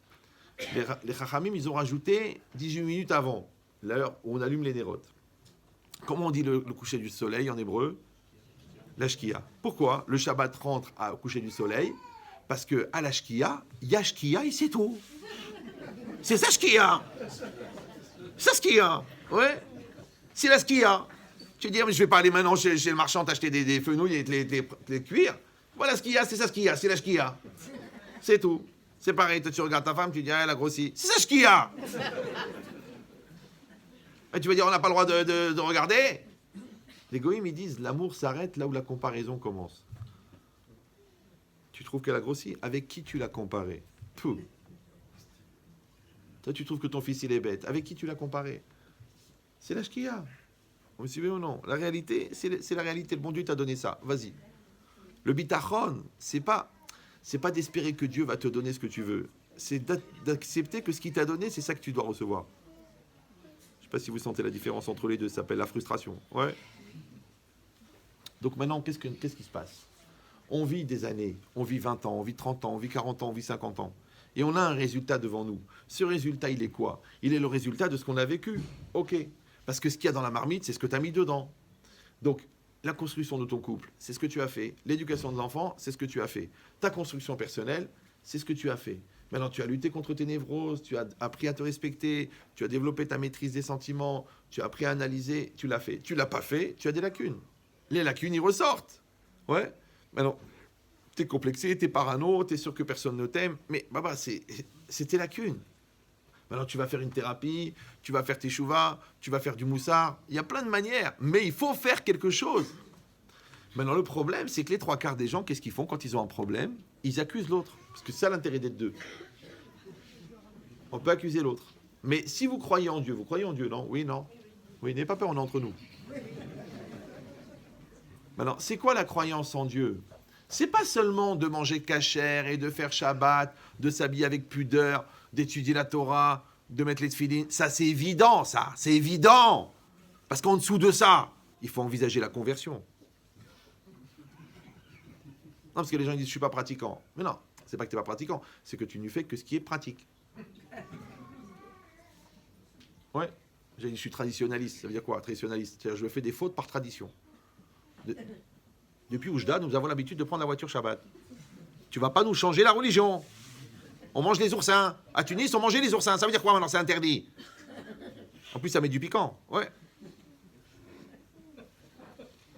Il n'y a pas de problème. Rien n'est grave, rien n'est assourd. Ton problème, c'est que tu es ignorant. Et si tu vas dire, on n'arrive pas à changer les habitudes.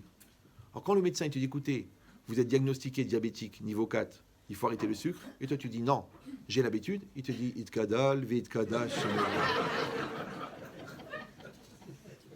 Parce que diabète ou quoi?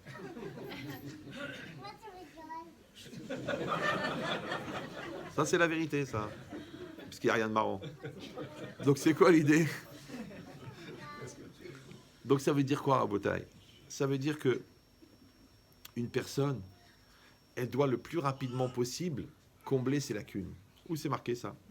Il y a une Gemara dans Brachot. La première du Talmud. Ouais, c'est marqué là-bas. Kol ene mina olamazé blo bracha ma'al. Tout celui qui a profité de ce monde-ci sans dire de bénédiction, tu manges une pomme, tu fais aretz. Tu manges un gâteau, tu dis borim mizonot. Ouais. Chaque fois que tu profites de ce monde, tu dois dire une bracha. La Gemara, elle pose la question, elle dit, si quelqu'un il a mangé un fruit, il n'a pas fait la bracha. Maïta kanta. Ouais. Comment il va réparer? La Gemara, elle dit, yelech etzel chacham. Il va aller chez un chacham, il va aller chez un sage. La Gemara, elle répond, mais ça va rien réparer. Maintenant, il a déjà mangé la pomme, il n'a pas fait la bracha. Il demande comment je peux réparer a posteriori le fait que je n'ai pas mangé la pomme, j'ai mangé sans bracha. Il répond, va chez le chacham. Il dit, mais le chacham, il va pas réparer le passé. Oui. La Gemara dit, yelech etzel chacham veilmod alachot brachot. Il va aller chez le chacham, il va apprendre les lois des bénédictions.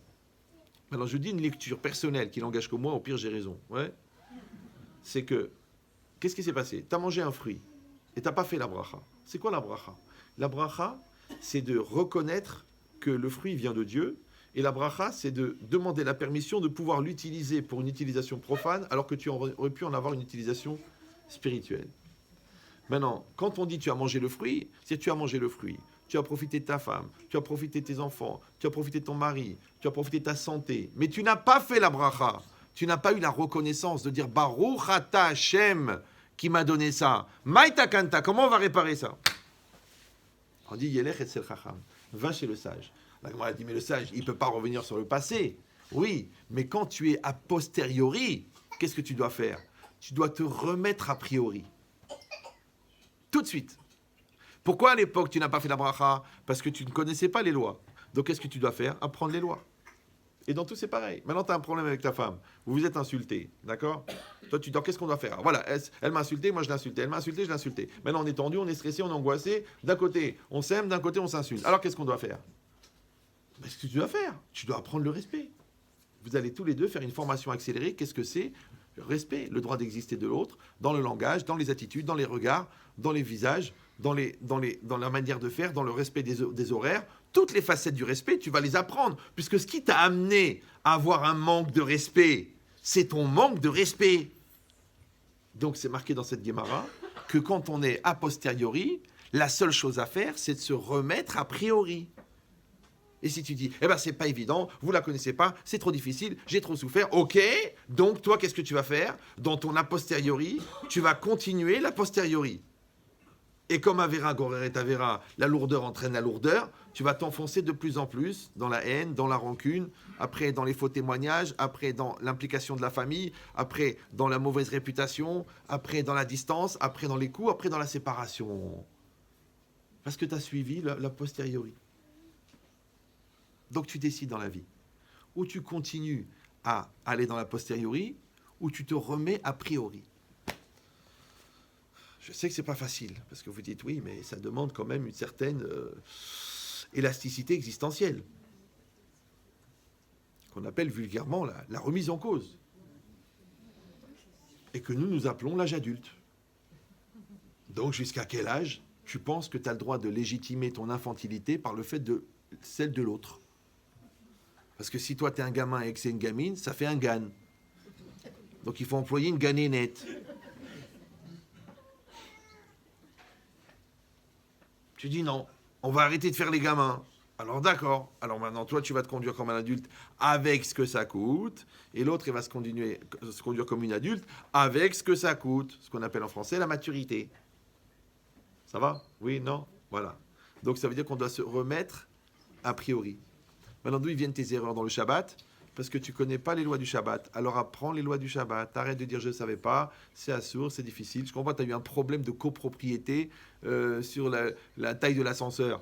Tu as appris par cœur la copropriété. Tu as été prendre des textes de loi, tu as fouillé sur Internet, tu as demandé même à Rav Google qui t'explique qu'est-ce que c'est la responsabilité civile. Mais c'est quoi? C'est juste un petit problème, parce qu'ils ont fait l'ascenseur un peu grand, du coup, tu as du mal à sortir de chez toi. Mais là, c'est le Shabbat. Tu ne connais pas les lois du Shabbat. Tu dis, mais de toute façon, je ne suis pas pratiquant. Ils sont fatigants. C'est qu'il y a des gens qui ont passé 45 ans au goulag parce qu'ils étaient chômeurs Shabbat. Des gens, ils ont été brûlés vifs au Moyen-Âge parce qu'ils étaient chômeurs Shabbat. Des gens, ils ont été renvoyés d'Espagne parce qu'ils étaient chômeurs Shabbat. Des gens, ils ont été tués parce qu'ils étaient chômeurs Shabbat. Et toi, tu t'es transgressé Shabbat pour aller au magasin pour gagner 22 €. C'était pas une bonne journée.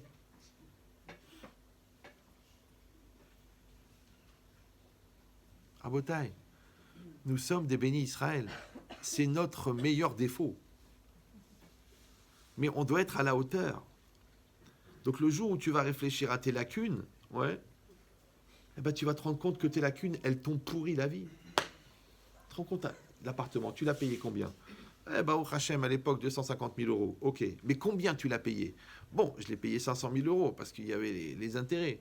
Combien d'intérêts? Eh ben, 8,5. 8,5? Ouais, mais on m'a dit que c'était une affaire. Mais t'es brel. Tu sais pourquoi tu l'as payé 500 000 €?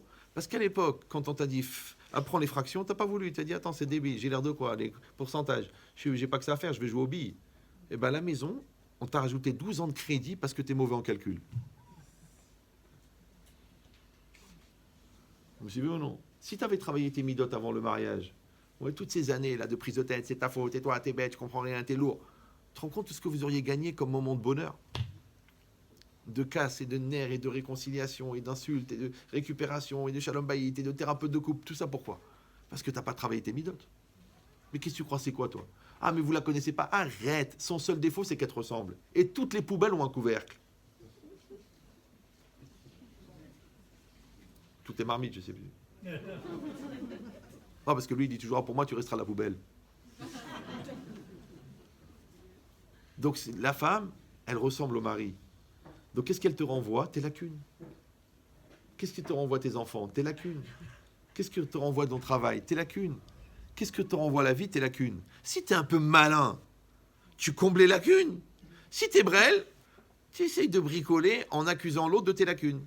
Mais je vous ai dit que la croyance, ça n'est pas la pratique. La pratique, c'est évident pour un juif. Ouais. La croyance, c'est d'accepter que la réalité qui est en face de toi, elle est adaptée à toi. Dieu n'est pas un bleu. Il n'y a pas d'erreur, il n'y a pas de hasard. Donc ce mari-là, il est là pour que tu grandisses. Ces enfants-là, ils sont là pour que tu grandisses. Ta maladie, elle est là pour que tu grandisses. Ton poids, il est là pour que tu travailles ta tahava. Ouais. Chaque chose, elle est adaptée au travail que tu dois fournir. Maintenant, si tu passes la moitié de ta vie à être inconscient de tes problèmes et l'autre moitié à penser que c'est la cause de l'autre, il y a une vraie question qui va se poser, quand est-ce que tu vas vivre?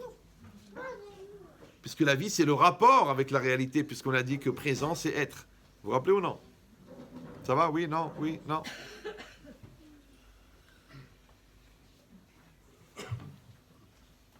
À quelle heure on a commencé? Ah bah, vous devez être fou là, de fatigue là. Parce qu'en fait, comme la vidéo s'est arrêtée, moi je regarde toujours le temps de la vidéo, mais elle s'est arrêtée à un moment. Donc là, ça fait 2 heures, 1h30. Ça va? Vous me laissez conclure ou vous allez maudire? 5 minutes, ça va? 5 minutes? En 5 minutes, on va sauver 100 couples et on va faire 100 thérapies personnelles. Ah, peut-être c'est pas shoot. L'idée, c'est quoi? C'est qu'on demande à l'homme de répondre présent. Maintenant, quel que soit ton niveau de religiosité, ouais, si tu es un Ben Adam, si tu as un cerveau, maintenant tu as un cerveau intellectuel, tu as un cerveau émotionnel, tu as un cerveau intuitif. Chacun, il a une approche différente. Ouais, toi, tu captes la psychologie. Toi, tu reçois les choses d'intuition. À n'importe quelle personne est adaptée à la réalité qu'elle a en face d'elle. Seulement qu'il faut avoir l'honnêteté, ouais, la sincérité, d'accepter que la réalité s'adresse à toi. Maintenant, sachez que le degré d'accessibilité à la réponse, il est le même que le degré d'accessibilité à la question.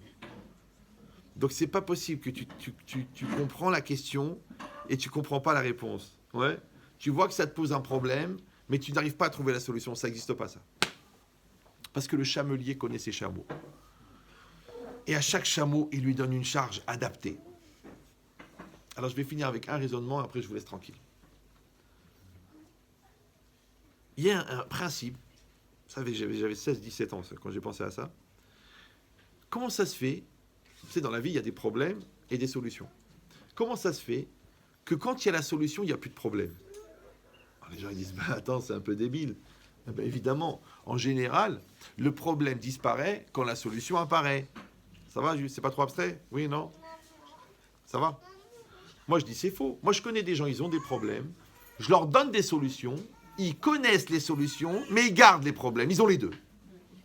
Alors que normalement, un ne peut pas exister en présence de l'autre. Quand tu allumes la lumière, l'obscurité disparaît. Donc normalement, quand la solution apparaît, le problème disparaît. Comment ça se fait que le problème reste alors que la solution, elle est là? Alors je vous donne la réponse, elle est très simple.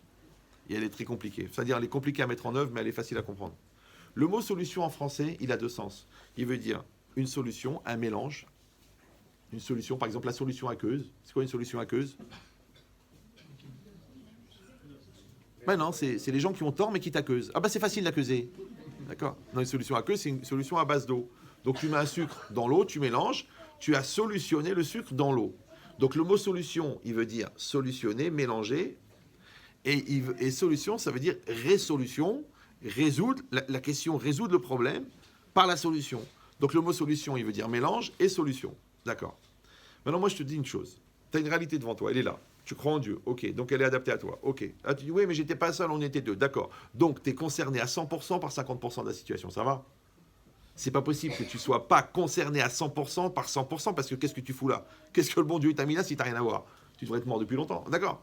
Donc, j'ai une réalité devant moi, et c'est un problème. Donc moi maintenant, qu'est-ce que je fais? J'ai 2 solutions. Soit j'attends une solution, quelqu'un va me donner une solution, soit je vais moi me solutionner avec le problème. j'accepte le problème, je m'implique de mon problème, je me sensibilise au problème, je réfléchis dans mes capacités pour régler le problème, je règle le problème. Donc en vérité, en me solutionnant au problème, donc en me mélangeant au problème, la solution est apparue. Pourquoi ? Parce que c'est quoi la solution ? La solution, c'est pas un truc, une phrase que tu as entendue dans un cours où le thérapeute il t'a dit qu'est-ce qu'il fallait faire. Non, la solution, c'est que tu t'es solutionné. Ça veut dire c'est le degré de maturité qui a été obtenu par le fait que tu as assumé la situation. Quand tu te solutionnes avec le problème, tu grandis. Quand tu grandis, le problème apparaît, puisque le problème était lié à un certain niveau d'immaturité. Et comme toi, en assumant le problème, tu as augmenté ta maturité, donc le problème a disparu. Donc, la solution apparaît quand le problème disparaît, parce que le problème disparaît, parce que tu t'es solutionné avec le problème. Ça va ? Voilà. Ça, c'est la dimension psychologique. Maintenant, comment on appelle ça, nous, dans la Torah ? Ezeu Gibor, Akovesh et Titzro. C'est quoi le Yetzer Hara ? C'est celui qui te propose d'exister à ta place. C'est celui qui te propose de te laisser aller quand tu devrais assumer. C'est celui qui te propose d'accuser l'autre au lieu de voir ta part. C'est celui qui met ton orgueil à la place de ta personnalité. Celui qui met ton entêtement à la place de ta détermination. Donc c'est celui qui va être à ta place. Donc lui, il va répondre présent et toi, tu vas répondre absent. Maintenant, on a dit Ezeu Gibor. C'est quoi Gibor ? Gibor en hébreu, ça veut dire fort. C'est quoi la racine ? Gever. Gever, c'est quoi ? Adulte. Facile. Adulte, c'est quoi ? C'est mature. Imata Gever, si toi tu es un homme, la situation elle est, le Yetzer Hara il est Yeled, c'est un enfant. Imata Yeled, si toi tu fais l'enfant, la situation elle est Gever. Si ta vie elle est dure, c'est parce que tu es fragile. Si ta vie elle est facile, c'est parce que tu es fort. Maintenant, Adam Tsarich le Idgaber, quand les Chachamim ils ont dit un homme il doit se renforcer, ça veut dire Adam Tsarich liot Gever. Tu dois être un homme. Ouais. Toi, tu dois être une femme, tu dois être une épouse. Ne fais pas la gamine, ne fais pas le gamin, ne fais pas le faux fuyant, ne fais pas l'esquive, ne fais pas l'échappatoire. Sois un homme, sois un ben Adam. Comment on appelle ça ? Ata Gibor. Ouais, comment on dit en français ? Tu es fort. Tu es fort. Ça va ? Et fort, vous avez compris maintenant, c'est Gever. Ça va toujours ? Et quand tu es un Gever, tu n'as plus d'Yetzer Hara. Kol hakavod. Ok, donc déjà, je vous signale qu'on a fait déjà au moins 50 thérapies là. Ah oui, parce que l'autre il t'explique qu'elle est folle, que c'est pas ton problème, que le truc, prends ton temps, essaie de comprendre, t'as souffert dans ta jeunesse, il n'y a pas. Je suis un homme ou je suis pas un homme ? Je suis un homme ? Eh ben il est bouché le toilette, j'enlève la caca avec mes mains. Je suis un homme ? Je vais soulever. Je suis un homme, je vais porter ma femme sur 14 km. Je suis un homme, j'assume son caractère, j'assume sa dépression. Je suis un homme ou je suis pas un homme ? Ata Gibor ou Atalo Gibor ? Ah, mais l'autre, il est payé pour m'expliquer que je suis pas obligé d'être fort. C'est normal, il a une piscine à payer. Mais toi, tu veux pas assumer, toi ? T'en as pas marre de cette vie de pauvre type ? Tu veux pas être à ta place ? Tu veux pas ? C'est facile. Vous me suivez ou non ? C'est facile. Faut arrêter de se prendre la tête. Arrêter de s'inventer des faux problèmes et de trouver des vraies solutions à des faux problèmes. Il faut y aller. Ça y est, lève-toi et marche. Ouais. Alors, regardez la clé. Regardez bien. Ata Gibor, comment on traduit ? Tu es fort. T-U, E2F-O-R-T. Tu es fort. C'est pas une faute d'orthographe, hein. Les lapsus révélateurs, j'ai arrêté à 6 ans et demi. D'accord ? Donc tu es fort. Toi, Jen. Moi, Tarzan. Ça veut dire quoi ? J'enlève le ES. Le ES de la réflexion, le ES des doutes, le ES de l'intellectualisme. Il n'y a pas. Il y a un effort à faire, je suis là. Anipo. Ouais. Vayomer Avraham. Ineni. Je suis là. Ouais, tout de suite, il n'y a pas de doute. Ma femme, je suis là pour toi. Mon amour, je suis là. Mes enfants, je suis là. Mon mari, je suis là. Il n'y a pas. Ah, tu dis, mais ça va coûter un effort. L'effort, tu sais, c'est quoi l'effort ? L'effort, c'est quand tu te demandes, est-ce que c'est à toi de faire l'effort ? Est-ce que ça vaut la peine de faire l'effort ? Est-ce que ça va m'aider de faire un effort ? C'est ça que tu es dangereux. Parce que toi, tu es fort. Mais fais le contraire. Tu enlèves le « et ». Tu sais comment on appelle enlever le « et » en hébreu ? Messirut nefesh. Enlève le nefesh. Arrête avec tes tminiques. Enlève. Il n'y a pas. Tu es fort. Tu dis, j'y arrive pas. Alors fais attention. Parce que si tu n'arrives pas à faire tu, T-U, E2F-O-R-T, tu vas faire l'effort tu.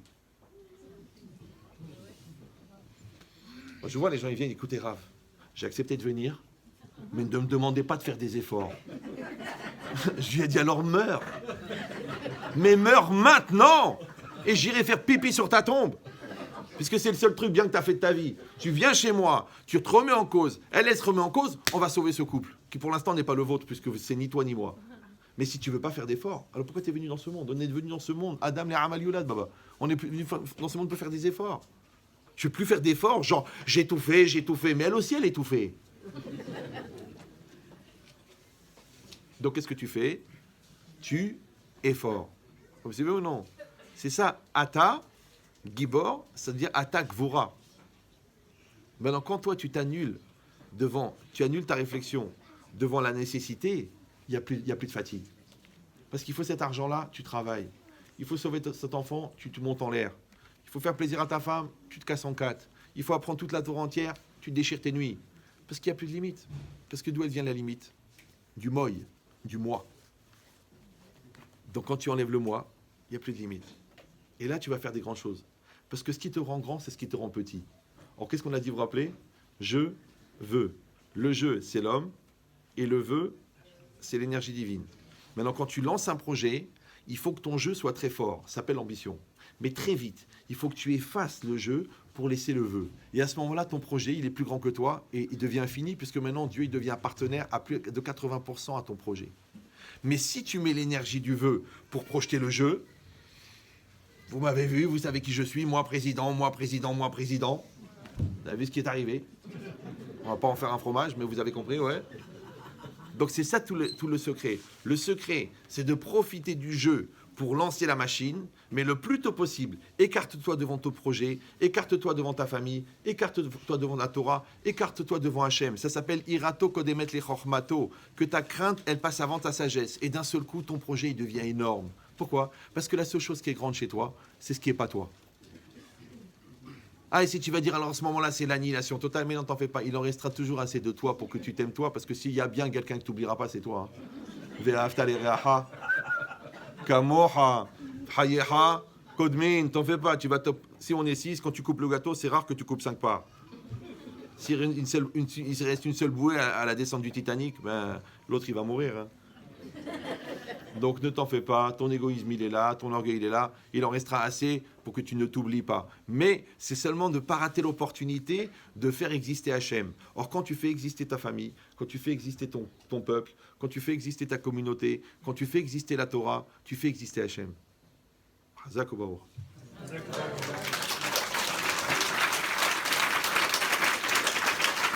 Alors, il y a une feuille qui a tourné. Bon, d'abord, il y a une collation extraordinaire, donc faites honneur. D'accord, n'écoutez pas le Rav Cellulite, allez manger un petit peu. D'accord. À part ça,